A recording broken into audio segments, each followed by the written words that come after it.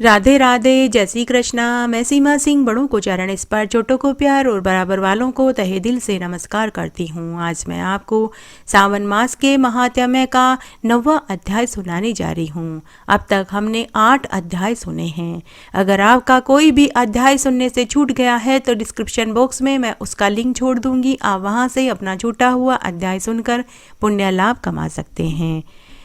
और अगर आपको यह अध्याय अच्छा लगे तो इसे ज़्यादा से ज़्यादा लाइक करें, अपने दोस्तों और रिश्तेदारों में ज़रूर शेयर करें ताकि उन्हें भी सावन मास के महात्म्य को सुनकर संपूर्ण फल प्राप्त हो और आपको इसका पुण्य लाभ मिले। और हमेशा की तरह आपसे एक करुण रिक्वेस्ट है कि अगर अभी तक आपने मेरे चैनल को सब्सक्राइब नहीं किया है तो कृपया मेरे चैनल को सब्सक्राइब करें ताकि मेरा आगे आने वाला वीडियो सबसे पहले आपको मिले। धन्यवाद। आइए अब हम सावन मास के महात्म्य का 9वां अध्याय सुनते हैं। सावन मास के इस अध्याय में सावन शुक्रवार जीवंती का व्रत कथा आएगी। जीवंती का व्रत की पूरी विधि आएगी, कैसे उद्यापन किया जाता है वो आएगा। भगवान महादेव ने सनत कुमार से कहा कि हे सनत कुमार, अब तक मैंने तुम्हें सावन मास के रविवार से लेकर गुरुवार तक के व्रत की पूरी विधि बताई है। आज मैं तुम्हें सावन मास के शुक्रवार की व्रत कथा सुनाता हूँ। इस कथा को सुनने से मनुष्य सभी दुखों से मुक्त हो जाता है। हे सनत कुमार, सावन मास के शुक्रवार के व्रत को जीवंती का व्रत के नाम से जाना जाता है। तब सनत कुमार ने भगवान महादेव से कहा कि हे महादेव जी, इस व्रत को आज से पहले किसने किया और उसे इस व्रत का क्या फल मिला, मैं वह भी सुनना चाहता हूँ। तब भगवान महादेव ने सनत कुमार से कहा कि हे सनत कुमार, मैं अब तुम्हें सावन मास के शुक्रवार के जीवंती का व्रत की कथा सुनाता हूँ, तुम ध्यान से सुनो। प्राचीन काल में पांड्य वंश में सुशील नाम का एक राजा था। वह राजा बड़ा ही धार्मिक प्रवृत्ति का था। अपनी प्रजा का पालन अपने पुत्र के समान ही करता था। उस राजा के पास किसी चीज की कोई कमी नहीं थी, किंतु वह राजा संतानहीन था। उस राजा की रानी का नाम सुकेशी था, जो हमेशा संतान न होने के कारण दुखी रहती थी। वह हर महीने अपने पेट पर वस्त्र बांधकर गर्भिणी होने का ढोंग करती थी और वह रोज इस बात का पता करती थी कि राज्य में कौन गर्भवती है। वह निरंतर किसी गर्भिणी स्त्री की खोज में रहती थी।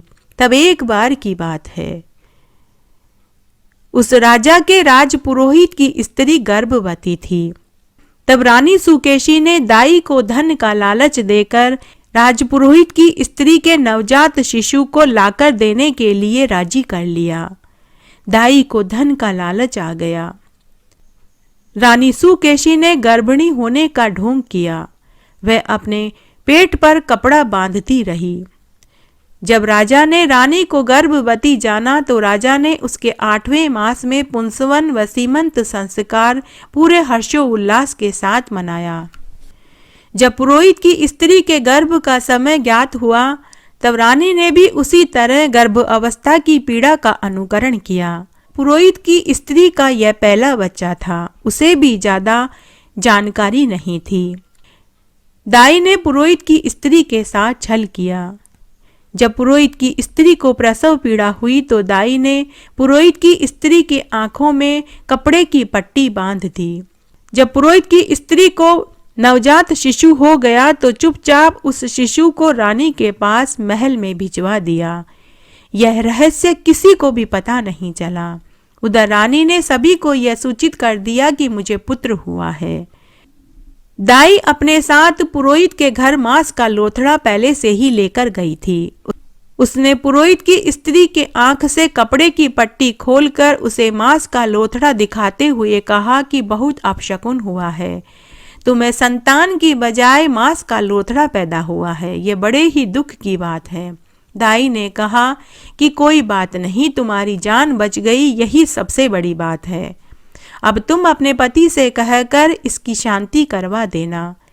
पुरोहित की स्त्री आश्चर्य में पड़ गई। उसे दाई की बात पर विश्वास नहीं हुआ। उसे लग रहा था कि उसके साथ छल हुआ है। उधर महल में पुत्र जन्म का समाचार पाकर राजा को बहुत खुशी हुई। राजा ने बालक का जात कर्म संस्कार करवाया, ब्राह्मणों को खूब दान पुण्य दिया, कैदियों को बंधन से मुक्त कर दिया। सूतक के बाद राजा ने अपने पुत्र का नामकरण संस्कार किया और पूरी नगरी को जिमाया और अपने पुत्र का नाम प्रियव्रत रखा। उधर सावन मास में पुरोहित की स्त्री ने शुक्रवार को जीवंतिका का व्रत किया और पूरी श्रद्धा भक्ति भाव से माता जीवंतिका का पूजन किया। दीवार पर जीवंतिका का चित्र बनाकर पुष्प माला चढ़ाकर धूप दीप किया। गेहूं के आटे के दीपक में घी डालकर जलाया। गेहूं के आटे के दीपक को घी में तलकर उसका भोजन किया और व्रत का पालना किया। साथ ही अक्षत दूर दूर तक फेंक कर प्रार्थना की कि हे जीवंतिका, मेरा बालक जहाँ कहीं भी हो, आप उसकी रक्षा करना। उसने कथा सुनकर प्रार्थना करी और नमस्कार किया। जीवंतिका माता की कृपा से वह बालक दीर्घायु हो गया। माता जीवंतिका उसकी दिन रात रक्षा करने लगी। इस तरह समय व्यतीत होने लगा। जब प्रियव्रत 18 वर्ष का हो गया तो एक दिन राजा का देवलोक गमन हो गया। प्रियव्रत ने अपने पिता की अंतिम क्रिया संपन्न करवाई। तत्पश्चात राजपुरोहितों और मंत्रियों ने प्रियव्रत को राज सिंहासन पर बैठा दिया। प्रियव्रत ने कुछ समय तक राजकार्य किया। उसके बाद वृद्ध मंत्रियों को राज्य का भार सौंपकर स्वपितृ ऋण से मुक्त होने के लिए गयाजी की ओर प्रस्थान कर गया। उस समय राजा प्रियव्रत ने राजा का वेश त्याग कर साधु का वेश धारण कर लिया। उस जमाने में पैदल यात्रा की जाती थी। चलते चलते मार्ग में जब रात्रि हो गई तब प्रियव्रत ने एक घर में रात्रि विश्राम के लिए शरण मांगी। उस दिन उस गृहस्थ की स्त्री को पुत्र पैदा हुआ था। इससे पहले उसको 5 पुत्र पैदा हुए थे, परंतु 5वें दिन ही षष्ठी देवी उनको मार डालती थी। यह उनके 6ठा पुत्र हुआ था और 5वां दिन था। रात के समय जब राजा सो रहा था तब षष्ठी देवी बालक को मारने के लिए आई। जीवंतिका देवी हर समय राजा प्रियव्रत की रक्षा करती थी।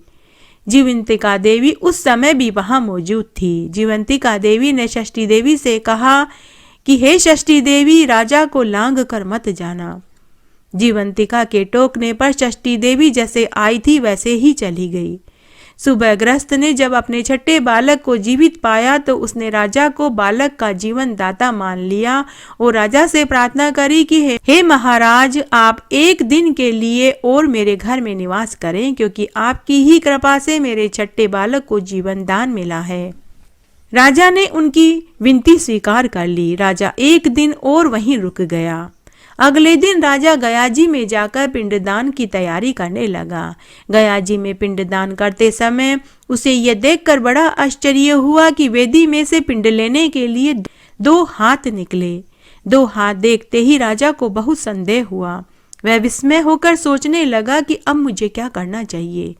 ब्राह्मण से आज्ञा लेकर उसने विष्णु पद पर पिंडदान किया। तब बड़े बड़े ज्ञानी पंडितों ने इस शंका का निवारण किया।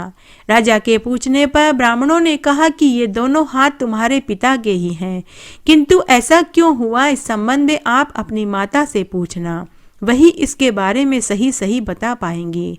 इस प्रकार राजा बहुत चिंतित व दुखी हो गया। पूरे 1 साल तक राजा गयाजी में खूब दान पुण्य यज्ञ हवन करता रहा। साल भर के बाद राजा वापस अपने नगर की ओर लौट पड़ा। जब वह अपने नगर की ओर जा रहा था तो वापस राजा उसी घर में रात्रि विश्राम करने के लिए रुका। संयोगवश उस दिन भी उस गृहस्थ के 7वें शिशु का जन्म का 5वां दिन था। उसी स्त्री ने बालक को जन्म दिया था। अर्धरात्रि के समय षष्ठी देवी जब बालक को वापस मारने के लिए आई तो जीवंतिका देवी ने उसे वापस रोक दिया। इस पर षष्ठी देवी ने जीवंतिका देवी से कहा कि हे जीवंतिका देवी, इस राजा की मां ने ऐसा कौन सा व्रत किया था जिससे कि तुम हमेशा इस राजा की रक्षा करती हो। राजा को नींद नहीं आ रही थी। राजा षष्ठी देवी और जीवंतिका देवी की बातें सुन रहा था। जीवंतिका देवी ने कहा कि हे षष्ठी देवी, इसकी माता श्रावण मास में मेरा व्रत और पूजन पूरे विधि विधान से करती है। वह जिस नियम से यह व्रत करती है वह मैं तुम्हें बताती हूँ। इसकी माता पूरे सावन मास में हरे रंग का कोई वस्त्र नहीं पहनती, यहाँ तक कि हरे रंग की चूड़ियां नहीं पहनती, हरे रंग की बिंदी नहीं लगाती, हरी साग सब्जी नहीं खाती, चावल का धोना नहीं लांघती, हरे पत्तों के नीचे से भी नहीं निकलती। यह सब कुछ वह मेरी प्रसन्नता के लिए करती है, इसीलिए मैं उसकी और इसके पुत्र की रक्षा करती हूँ। राजा ने उनकी सारी बातें सुन ली। प्रातःकाल होते ही राजा अपने नगर को चल दिया। नगर के समीप आने पर सारे नगरवासी ने अपने राजा का स्वागत किया। राजा ने महल में आकर अपनी माता सुकेशी से पूछा कि हे माता, आप जीवंतिका का व्रत करती हो क्या? यदि करती हो तो उस व्रत का क्या विधान है? माता सुकेशी ने कहा कि हे पुत्र, मैं जीवंतिका के व्रत के विषय में कुछ नहीं जानती। उसके बाद राजा ने गयाजी के श्राद्ध यात्रा का संपूर्ण फल पाने के लिए पूरी नगरी के ब्राह्मणों और सुहागिन स्त्रियों को भोजन के लिए आमंत्रित किया और सुहागिनों के लिए हरे वस्त्र और हरे रंग की चूड़ियां और हरे रंग की बिंदी भेजी और ये ढिंडोरा पिटवा दिया कि सभी स्त्रियां हरे रंग की चूड़ियां, बिंदी और साड़ी पहनकर ही महल में जीवने के लिए आए। पुरोहित की स्त्री ने राजसेवकों से कहा कि मैं हरे रंग की कोई भी वस्तु ग्रहण नहीं करूंगी। राजसेवकों ने पुरोहित की स्त्री वाली बात आकर राजा प्रियव्रत को बता दी। तब राजा प्रियव्रत ने पुरोहित की स्त्री के लिए लाल रंग की साड़ी और लाल रंग की चूड़ी और बिंदी भिजवा दी। पुरोहित की स्त्री लाल रंग की साड़ी, लाल रंग की चूड़ी और बिंदी लगा करके महल में आई तो उसने राजगृह के पूर्व द्वार पर चावल का धोवना पड़ा देखा। हरे पत्तों का मंडप देखा तो वह उस द्वार से महल में नहीं आई, वह दूसरे द्वार से महल में आई। राजा प्रियव्रत यह सब कुछ देख रहे थे। राजा प्रियव्रत ने जब उस पुरोहित की स्त्री से इसका कारण पूछा तो उसने उत्तर दिया कि मैं सावन मास में शुक्रवार को जीवंतिका माता का व्रत और पूजन करती हूँ, इसीलिए मैं हरे रंग की कोई चीज न पहनती हूँ, न खाती हूँ, न ही हरे पत्तों के नीचे से गुजरती हूँ। उसी समय पुरोहित की स्त्री के स्तन से दूध की धारा फूट पड़ी और राजा प्रियव्रत के मुंह पर जाकर गिरी। राजा प्रियव्रत समझ गए कि यह पुरोहित की स्त्री ही मेरी मां है। अब गयाजी में 2 हाथ के निकलने और मार्ग में गृहस्थ के घर पर षष्ठी देवी और जीवंतिका के संवाद और पुरोहित की स्त्री से दूध की धारा फूटने से राजा को यह निश्चय हो गया कि यह पुरोहित की स्त्री ही मेरी माता है। यह सब कुछ जानकर राजा पुनः अपनी राजमाता सुकेशी के पास गया और विनम्रता से पूछने लगा कि हे माताजी, आप मुझे सच सच बताइए कि मेरा जन्म देने वाले माता पिता कौन हैं। तब रानी सुकेशी ने राजा प्रियव्रत को पूरी सच्चाई बता दी। सच्चाई जानने के बाद राजा प्रियव्रत ने पुरोहित और पुरोहित की स्त्री को अपना माता पिता का दर्जा दिया और महल में पूरा सम्मान दिया, जिससे पुरोहित और पुरोहित की स्त्री बहुत प्रसन्न हुए। फिर एक रात्रि के समय राजा ने जीवंतिका देवी से प्रार्थना करी कि हे देवी, जब मेरे जन्मदाता पुरोहित और पुरोहित की स्त्री है तो गयाजी में वेदी में से 2 हाथ क्यों निकले थे। जीवंतिका देवी ने राजा प्रियव्रत को स्वप्न में दर्शन देकर कहा कि हे राजन, तुम संदेह मत करो, तुम्हें विश्वास दिलाने के लिए ही यह सब कुछ मैंने किया था। तब भगवान महादेव ने सनत कुमार से कहा कि हे सनत कुमार, यह मैंने तुम्हें श्रावण मास के शुक्रवार के व्रत का महात्म्य सुनाया, जिसको सुनने मात्र से मनुष्य की सभी मनोकामनाएं पूरी होती है। सावन मास की जीवंतिका की एक अन्य कथा इस प्रकार है। एक बार एक बहुत छोटा सा गांव था। उस गांव में एक राजा अपनी रानी के साथ रहता था। राजा का नाम सगर और रानी का नाम अजीता था। वह राजा रानी प्रजा के दुख सुख को अपना दुख सुख समझते थे। वे बड़े ही प्रतापी, दानी, धर्मात्मा, न्यायप्रिय राजा थे।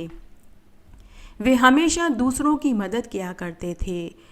उनके यहाँ किसी चीज़ का कोई दुख नहीं था, लेकिन उन्हें एक महान दुख था कि उनकी शादी को कई बरस हो चुके थे, लेकिन उन्हें औलाद सुख प्राप्त नहीं हुआ। राजा रानी ने औलाद के लिए अनेक तरह के उपाय किए, खूब यज्ञ, हवन, दान पुण्य किए, लेकिन उन्हें कोई औलाद सुख प्राप्त नहीं हुआ। महारानी की एक प्रिय सखी थी जिसका नाम रानी था। उनकी सखी से अपनी रानी का दुख देखा नहीं गया। तब एक दिन सखी ने महारानी से कहा कि हे रानी, सुवाणी नाम की एक स्त्री है, वह गांव में दूसरों के बच्चों को उठाकर बेचती है। हम उससे लड़का खरीदने की बात कर लेते हैं। खूब सारा धन देने के लालच में वह हमें किसी का नवजात शिशु लाकर दे देगी। महारानी को अपनी सखी की बात अच्छी लगी। दूसरे दिन दासी ने उस स्त्री को महल में बुलवाया। महारानी ने उसे 10,000 रुपये दिए और नवजात शिशु लाने के लिए कहा। उसी दिन से महारानी ने गर्भवती होने का ढोंग शुरू कर दिया।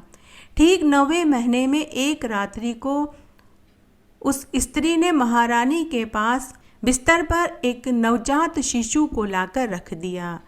महारानी ने और दासी ने पूरे महल में यह ढिंडोरा पिटवा दिया कि रानी को लड़का हुआ है। जब राजा को यह पता चला तो राजा की खुशी का ठिकाना नहीं रहा। पूरे राज्य भर में खुशियां मनाई गई।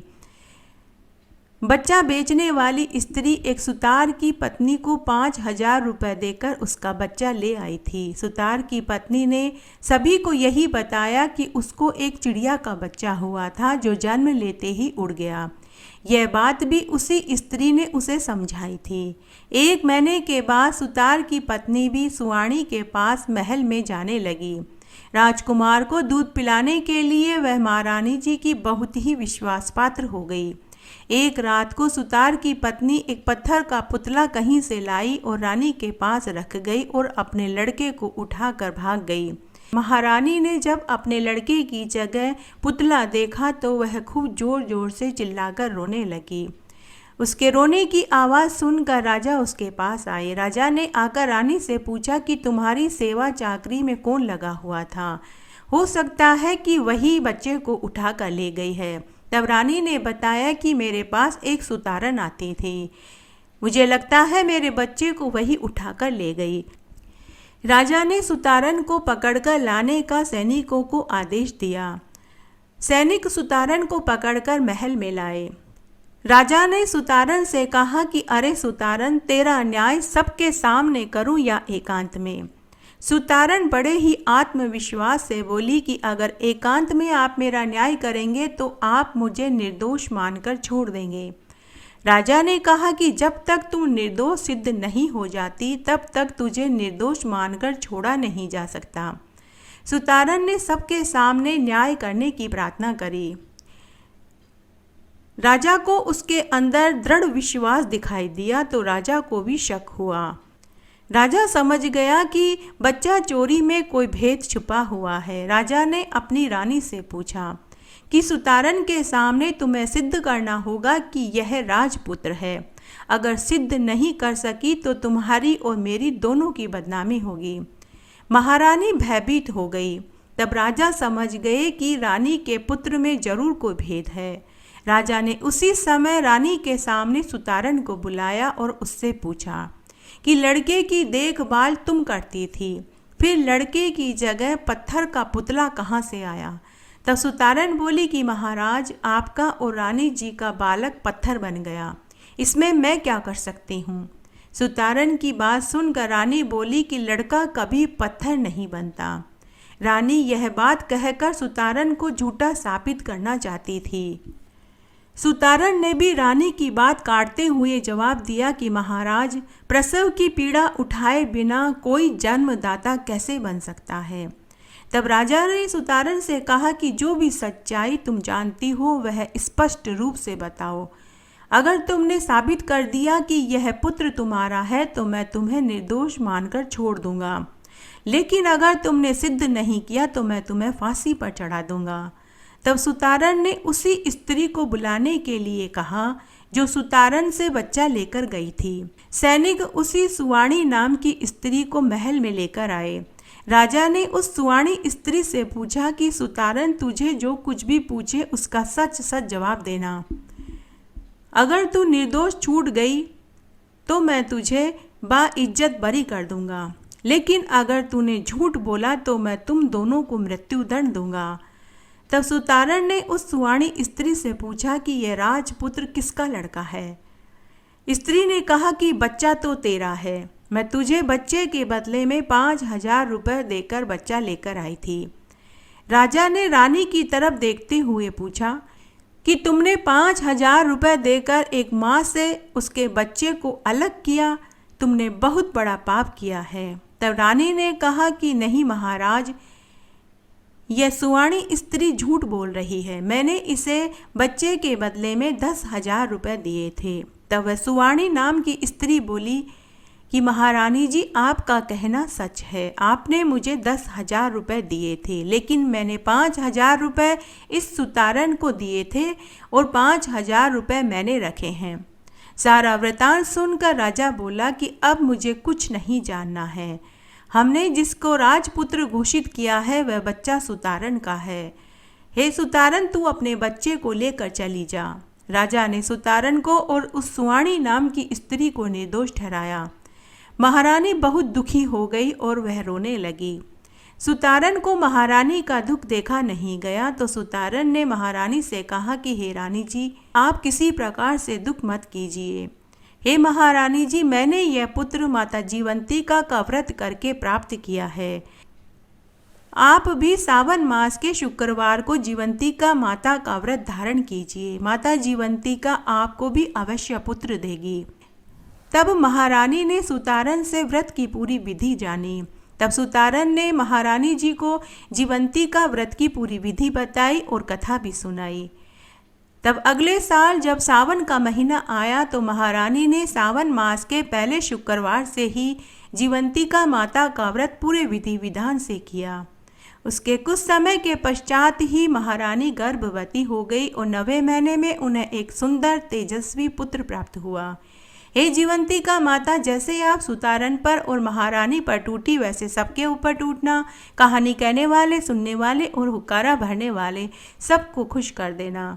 इस तरह आज मैंने आपको सावन मास के महात्म्य का 9वां अध्याय सुनाया। मेरे साथ बने रहने के लिए आपका धन्यवाद। आगे की कथा कहानी के लिए भी आप इसी तरह मेरे साथ बने रहें। धन्यवाद।